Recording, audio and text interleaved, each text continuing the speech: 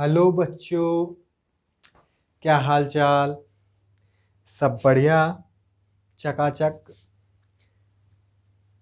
तो आज हम स्टार्ट कर रहे हैं चैप्टर नंबर 5 सरफेस केमिस्ट्री आज हम डिस्कस करेंगे। इसका इंट्रोडक्शन देखेंगे, थोड़ा सा पढ़ेंगे भी, थ्योरी आज थ्योरी वाला पार्ट होगा। तो ध्यान से समझने की ज़रूरत पड़ेगी आपको, इसलिए एकाग्रता बना के कापी पेन लेके बैठ जाएगी। पढ़ते जाइए, नोट्स बनाते जाइए, लिखते जाइए, मेहनत करते जाइए मेरे साथ। हम सब बहुत मेहनत कर रहे हैं। हम बहुत जल्दी अपना सिलेबस ख़त्म करके, इनफैक्ट 2 ढाई 3 महीने पहले मैं आपका सिलेबस ख़त्म कर दूंगा। ख़त्म करके सिलेबस हम रिवीजन भी कर लेंगे और previous year question answer paper भी सॉल्व कर लेंगे। और बहुत सारे क्वेश्चन मैं आपको करवा दूंगा, बहुत सारे इंपॉर्टेंट बता दूंगा, सब कुछ मैं आपको करवा दूंगा। हर तरह के बच्चे के लिए मेरे पैनल पे पढ़ाई हो जाएगी। इंपॉर्टेंट कमज़ोर बच्चा जो पास होना चाहता है उसके लिए भी, जो टॉप करना चाहता है उसके लिए भी, सब तरह का मैं दावा करता हूँ। आपको एक एक ऑब्जेक्टिव अपने पढ़े से दिखाऊंगा। अपने पढ़ाए हुए से एक एक ऑब्जेक्टिव क्वेश्चन पेपर होगा जब, तो मैं आपको दिखाऊंगा कहाँ कहाँ मैंने क्या क्या पढ़ाया है, सारा दिखाऊंगा कि सब कुछ मेरा पढ़ाया हुआ मिलेगा। मैं इतना दावे के साथ कह सकता हूँ। तो हमारा इस लेसन है, लेसन नंबर 5। कौन सा है? Surface chemistry. सरफेस जानते हो, जैसे ये भी एक सरफेस है। पृष्ठ रसायन, पृष्ठ कह लो या फिर बेटा जी क्या कह लो, सतह। क्या कह लो? सतह रसायन। ठीक है। पृष्ठ या पृष्ठ, पृष्ठ या पृष्ठ, सरफेस केमिस्ट्री, पृष्ठ रसायन। चैप्टर नंबर, लेसन नंबर कौन सा बेटा जी? लेसन नंबर ये है 5। बोर्ड में कितने नंबर का आता है? इससे 4 नंबर का। यूपी बोर्ड में तो 4 नंबर का आता है, अदर बोर्ड में मेरे को पता नहीं। ठीक है। तो इसमें किसका अध्ययन किया जाता है? जो पृष्ठ होते हैं, पृष्ठ। जब दो प्रवस्थाएं होती, चाहे वो ठोस द्रव है चाहे गैस द्रव है, दो प्रवस्थाओं के बीच जो पृष्ठ होती है, जो पृष्ठ आती है, उसका उस पर होने वाली परिघटनाओं का अध्ययन ही इसमें करते हैं, अर्थात पृष्ठ का। ठीक है। किसी भी दो प्रवस्थाओं के आने वाले पृष्ठ का अध्ययन कर, पृष्ठ दो प्रवस्थाएं मतलब समझो, द्रव ठोस हो सकती है। ठीक है। जैसे कि दो प्रवस्थाओं के मध्य आने वाली सतह पर होने वाली घटनाओं का अध्ययन जिस शाखा में करते हैं उसे क्या कहते हैं? पृष्ठ रसायन कहते हैं। आशा करते हैं इतना समझ में आ गया होगा। तो बेटा जी कुछ टर्मोलॉजी हैं। ठीक है। पहले तो आप ये बताओ, अवशोषण, अवशोषण, शोषण, शोषण और अधिशोषण, क्या इन दोनों किस किस का नाम आपने पहले से सुन रखा? अवशोषण तो इसको जरूर सुना होगा बेटा जी। शोषण भी आपने हो सकता है सुना होगा, लेकिन इसको शायद ही सुना हो, इसको शायद ही सुना हो। तो इन तीनों में क्या अंतर है, क्या समझना है, यही हमें समझना है। तो देखो बेटा जी, अवशोषण तो आपने छोटी क्लासों में पढ़ रखा होगा। अवशोषण जैसे कोई हम गत्ता ले लें, गद्दा, गद्दे का गत्ता, जो भी तकिया होती है, जो भी सीट होती है, उनमें जो भरा रहता है गुलने वाला, उसको ले लें हम। ठीक है। सोखता कह सकते हैं ना, उसको ले लें हम। ठीक है। इसे हम वाटर में डाल दें, पानी में डाल दें, तो पानी के जो मॉलिक्यूल होंगे, अण होंगे, इसमें पूरी तरह से घुल जाएंगे, इसमें पूरी तरह से चारों तरफ फैल जाएंगे बराबर मात्रा में। ऐसा होगा कि नहीं? एक जगह लगाएंगे वो फैलेगा, इधर उधर फैलेगा, पानी भगता है उसमें तेजी से, होता है ऐसा। ऐसे चारों तरफ पूरे में उसमें वाटर के अणु फैल जाएंगे, तो ये कहलाया अवशोषण। शोषण क्या हुआ? जैसे ऐसी कोई चीज़ ले जिसमें अंदर तो फैले ही पानी के कण, जैसे अंदर तो फैले ही कण, लेकिन बाहर भी रह जाए, बाहर भी रह जाए, तो वो क्या कहलाएगा? शोषण कहलाएगा। समझ गए?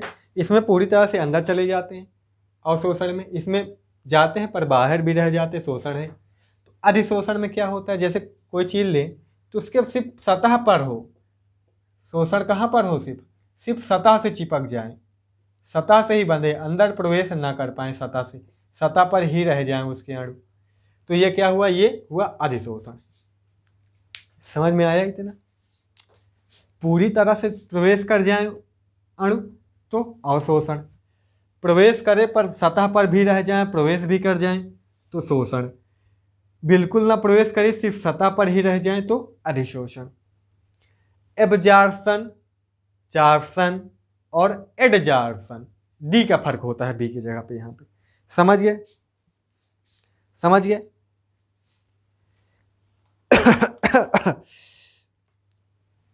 समझ गए?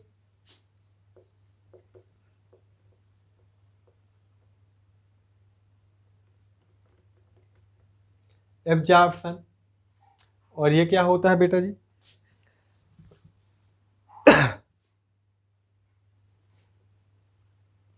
ये क्या होता है?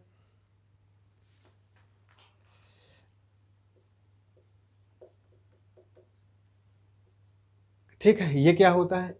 एडसॉर्प्शन।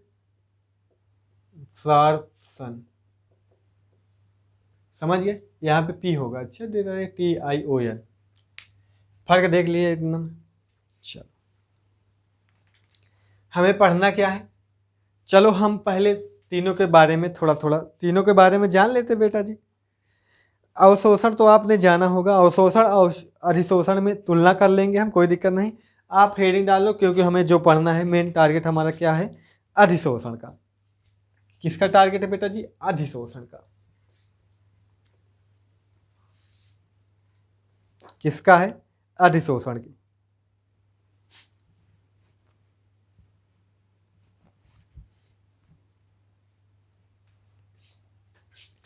जैसे कि मैंने पानी के छींटे इस बोर्ड पर मार दिया तो बूंदे क्या होंगी? बूंदे कुछ हो सकता है रुक जाए, कुछ धीरे धीरे स्लिप करे, कुछ रुक ही जाए, कुछ स्लिप ही कर जाए यहाँ नीचे तक।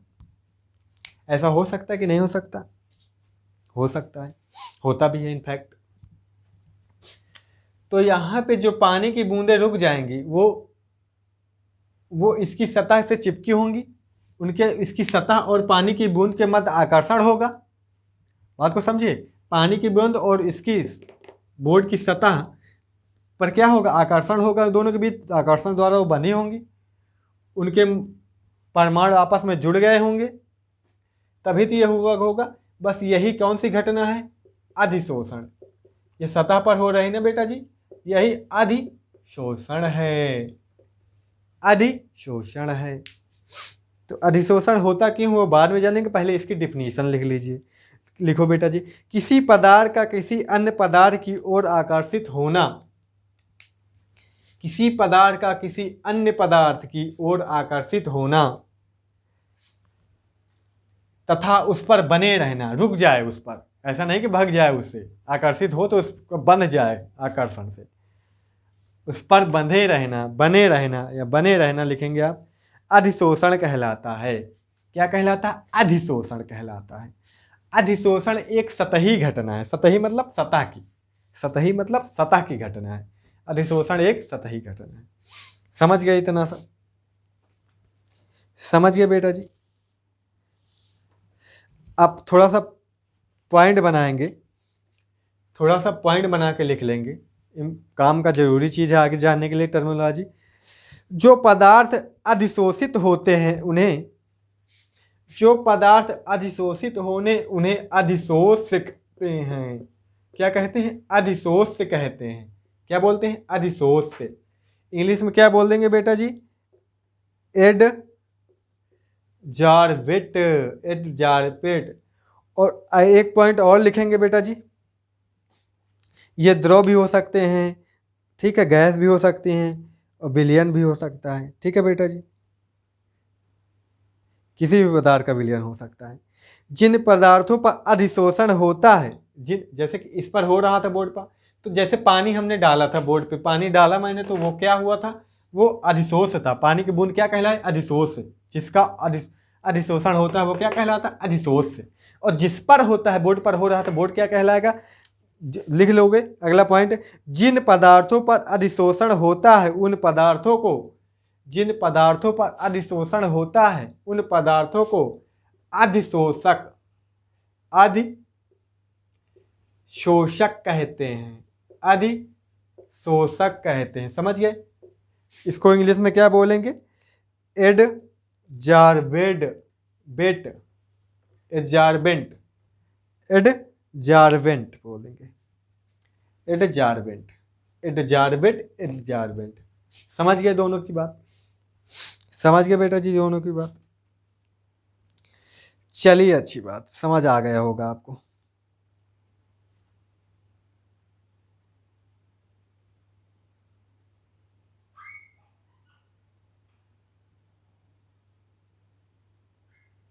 जैसे कोई पानी जग में रख दें, धूल मिट्टी के कण आते हैं ना, उस पर तैरने लगते हैं, चिपक जाते हैं पानी की सतह से, वो भी एक तरह का अधिशोषण है। ठीक है, सतह से जो चीज चिपक जाती है आके, वो सभी क्या है?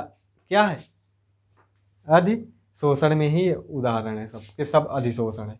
अब ये ना कहना मक्खी आए बोर्ड पे बैठ जाए तो सर कहे दो ये क्या अधिशोषण है? क्या वो चिपकी है? वो क्या अधिशोषण है? वो थोड़ा दिमाग लगाओ। मक्खी आए बोर्ड पे चिपक जाए, क्या वो अधिशोषण है? बुक में तो नहीं मिलेगा लिखा, खुद से मैंने बनाया है दिमाग लगा के, सोच के, मतलब थिंक करके। तो क्या ये अधिशोषण है? ये जैसे अधिशोषण की वजह से ही हम बोर्ड पे लिख पाते हैं। जो इसमें जैसे चाक पे बोर्ड को लिखता है, मार्कर से लिखते हैं, तो इसमें जो पदार्थ इंक है, उसके जो परमाणु हैं, उनके मध्य, इस बोर्ड के परमाणु के मध्य आकर्षण हुआ, उन दोनों के आकर्षण से क्या हो गए?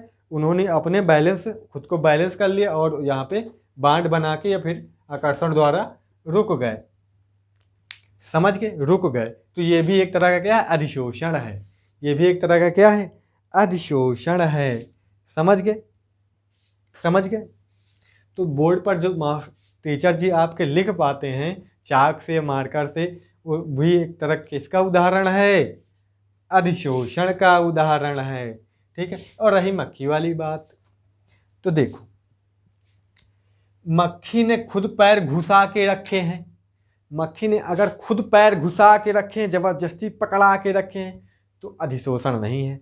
अगर दोनों के मध्य आकर्षण से जुड़ा हुआ है पैर में भी पैर और जिस सतह पर ये बोर्ड पर ही है, बोर्ड के परमाणु को, पैर के परमाणु के मध्य आकर्षण द्वारा दोनों जुड़े हैं, तब तो अधिशोषण होगा, नहीं तो अदरवाइज नहीं हो सकता। वो तो चेक करने पर पता चलेगा ना, आकर्षण है या फिर मक्खी ने खुद पैर जमा के रखे हैं वहाँ पे।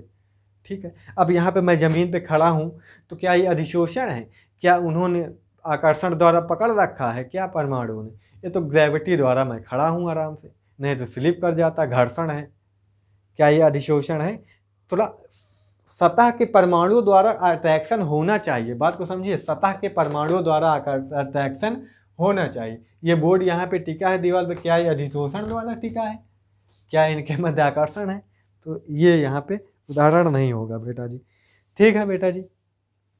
ठीक है, समझ गए?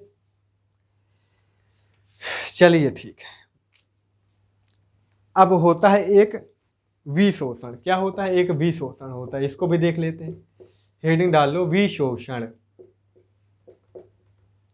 विशोषण, डी सार शार्शन।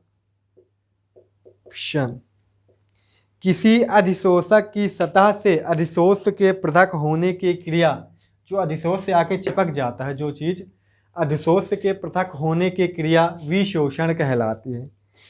किसी अधिशोषक, जो अधिशोषक जैसे बोर्ड था, अधिशोषक की सतह से अधिशोष के पृथक होने की क्रिया विशोषण। वि मतलब उल्टा है, शोषण का अपोजिट होगा यहाँ पे।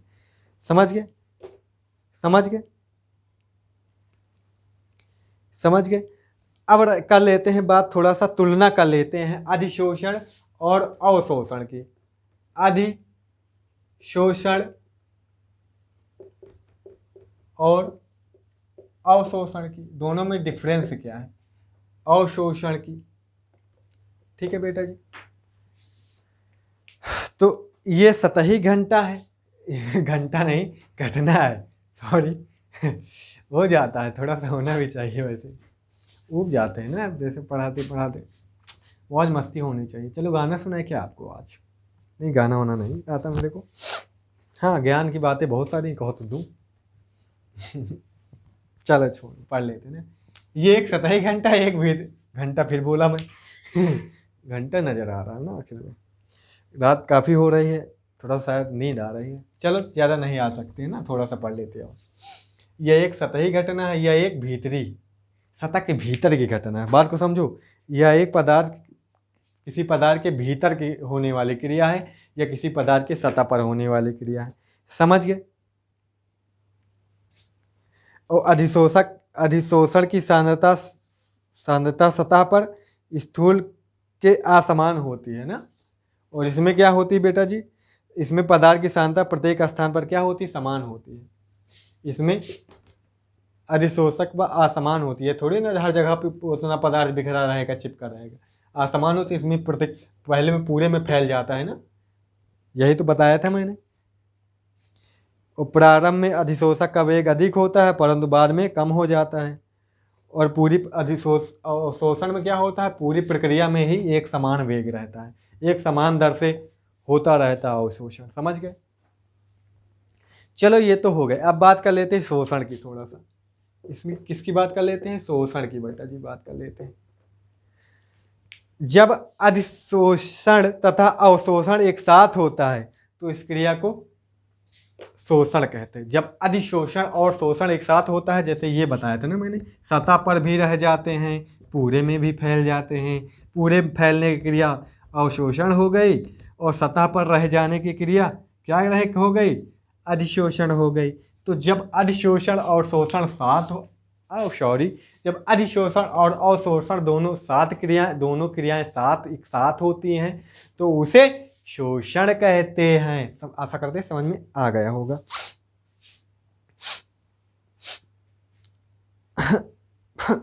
हाँ चलो ठीक है, उदाहरण देखोगे अधिशोषण के बेटा जी।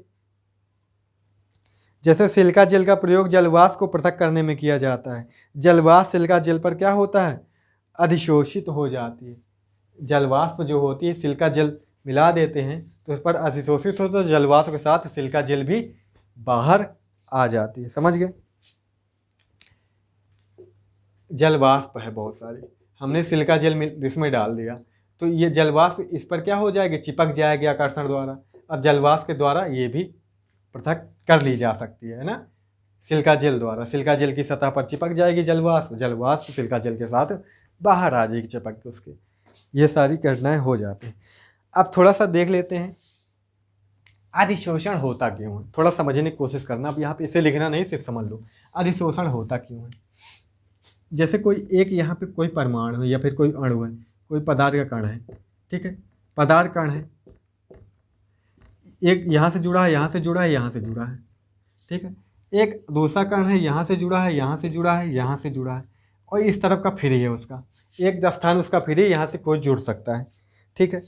अब मान लो ये तो नहीं जुड़ेगा, ये तो स्टेबल है, इसने तो खुद को अस्थायी कर रखता है, अपनी एनर्जी मेंटेन करके रखी है। बात को समझो, एनर्जी मेंटेन होनी चाहिए हर पदार्थ के पास, नहीं तो एनर्जी वो निकालना चाहेगा, ज़्यादा होगी तो, कम होगी तो लेना चाहेगा। तो ये अनस्टेबल है, अनस्टेबल है, एनर्जी हाई होगी। एनर्जी क्या होगी बेटा जी, हाई होगी। और ये क्या है, अनस्टेबल है, अनस्टेबल है, एनर्जी हाई होगी। अनस्टेबल है तो ये खुद को स्टेबल बनाना चाहेगा, ये किसी से अब कहीं भी मिलेगा इसको कोई परमाणु तो ये उससे अट्रैक्ट करेगा, उन दोनों के मध्य क्या होगा, अट्रैक्शन होगा। अट्रैक्शन होगा तो अट्रैक्शन द्वारा ये आपस में खुद को यहाँ पे जोड़ लेंगे। जब ये जुड़ेंगे तो यहाँ पे एनर्जी क्या होगी, एनर्जी बेटा जी एनर्जी निकलेगी। एनर्जी क्या होगी, निकलेगी। याद रखना एनर्जी निकलती है। तो ये क्या हुआ, ये अधिशोषण क्रिया हुई। तो अधिशोषण में हमेशा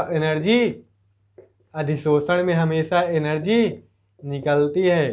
तो अधिशोषण एक तरह कैसी प्रक्रिया है, ऊष्माक्षेपी कि ऊष्माशोषी, ऊष्माक्षेपी, क्योंकि ऊष्मा निकलती है, ऊर्जा निकलती है। समझ गए। यहाँ पे कोई बांड का फॉर्मेशन होगा तो इसके पास एनर्जी अनस्टेबल था, ये एनर्जी हाई थी। जब इसने बांड बनाया यहाँ पे जुड़ा उससे ठीक है, खुद को अट्रैक्ट करता है, आकर्षित करने का मतलब जुड़ने से नहीं है, आकर्षित मतलब खुद को उसकी तरफ भगाता है, खुद दोनों एक दूसरे की तरफ भगते हैं, फिर वहाँ पे बांड बना के जुड़ जाते हैं, बांड बना के जुड़ जाते हैं तो बांड का फॉर्मेशन होता है, तो एनर्जी यहाँ पे किसके पास एनर्जी हाई थी तो एनर्जी यहाँ पे क्या होती है, निकलती है।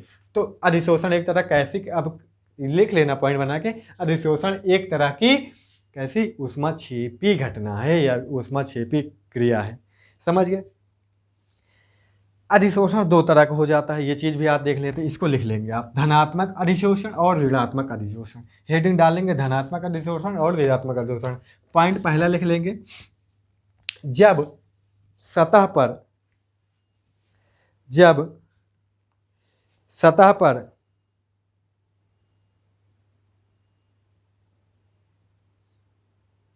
अधिशोष्य जो पदार्थ मिलाया जाता की सांद्रता अधिक हो, अधिशोष्य की सांद्रता अधिक हो, और जो स्थूल कण होंगे, जैसे कि मान लो ये इतने एरिया में इतना बड़ा, इतने परमाणु डाले तर ऊपर परमाणु, थोड़ा समझने की कोशिश, थोड़ा ऐसा समझने को मिलेगा नहीं कहीं पे।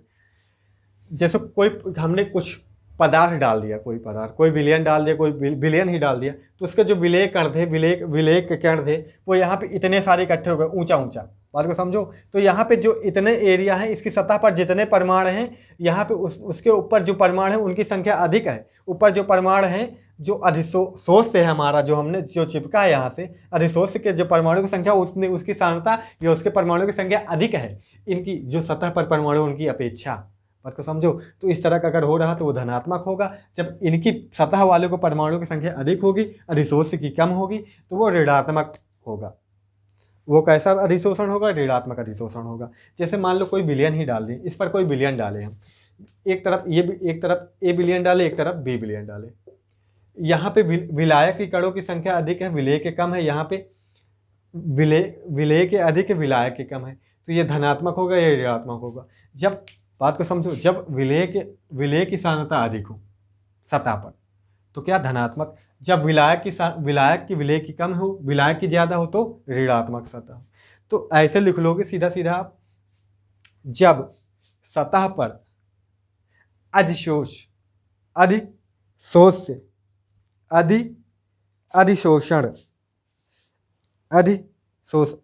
जो होते हैं, अधिशोष की सांद्रता या अधिशोष की मात्रा लिख सकते हो आप, कोई दिक्कत नहीं, चल जाएगा।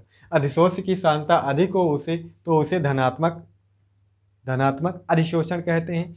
अगला लिख लेना, जब सतह पर, या फिर अधिशोषण लिख लो, अधिशोषण छोड़ो, अधिशोषण बाद में लिखना। जब सतह पर अधिशोष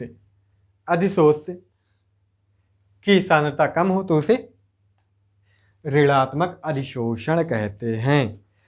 अब अधिशोषण के और भी प्रकार हैं, धनात्मक भौतिक अधिशोषण भी होता है, रासायनिक भी होता है, ठीक है, फिजिकल बहुत, ठीक है। तो ये सब कल देखेंगे, इतना आज ही रखते हैं, ये इंट्रोडक्शन हो गया, अधिशोषण वगैरह है, और भी अधिशोषण कल ख़त्म कर लेंगे, और भी आगे बहुत कोई मज़ेदार लेसन है, थ्योरी वाला, टोटल थ्योरी वाला लेसन है। इसमें ना कोई न्यूमेरिकल मिलेगा, ना तो कोई फार्मूला मिलेगा, सब कुछ समझने वाला है, सब कुछ, और सब कुछ इम्पॉर्टेंट है, काफ़ी कुछ इंपॉर्टेंट लेसन, सब कुछ पूछा जाता है लगभग। एक दो हेडिंग शायद हो जो ना पूछी जाती हो, लेकिन नहीं तो इस लेसन में सब कुछ पूछा जाता है। थ्योरी है, पूरी थ्योरिटिकल लेसन है, लेकिन हर थ्योरी में लॉजिक है। ऐसा क्यों होता है, हर चीज़ में, जैसे अधिशोषण क्यों होता है, इसके पीछे भी एक लॉजिक निकला। हर थ्योरी में एक लॉजिक होगा, ऐसा क्यों होता है उसका एक लॉजिक होगा, इसमें जो भी क्रिया पढ़ेंगे उसका एक कारण, रीजन जरूर होगा इसमें। तो मज़ेदार लेसन है, बहुत कुछ सिखाएगा आपको, बहुत कुछ जानने को मिलेगा। तो ठीक है, फिर अगली वीडियो में मिलेंगे। Thanks a lot.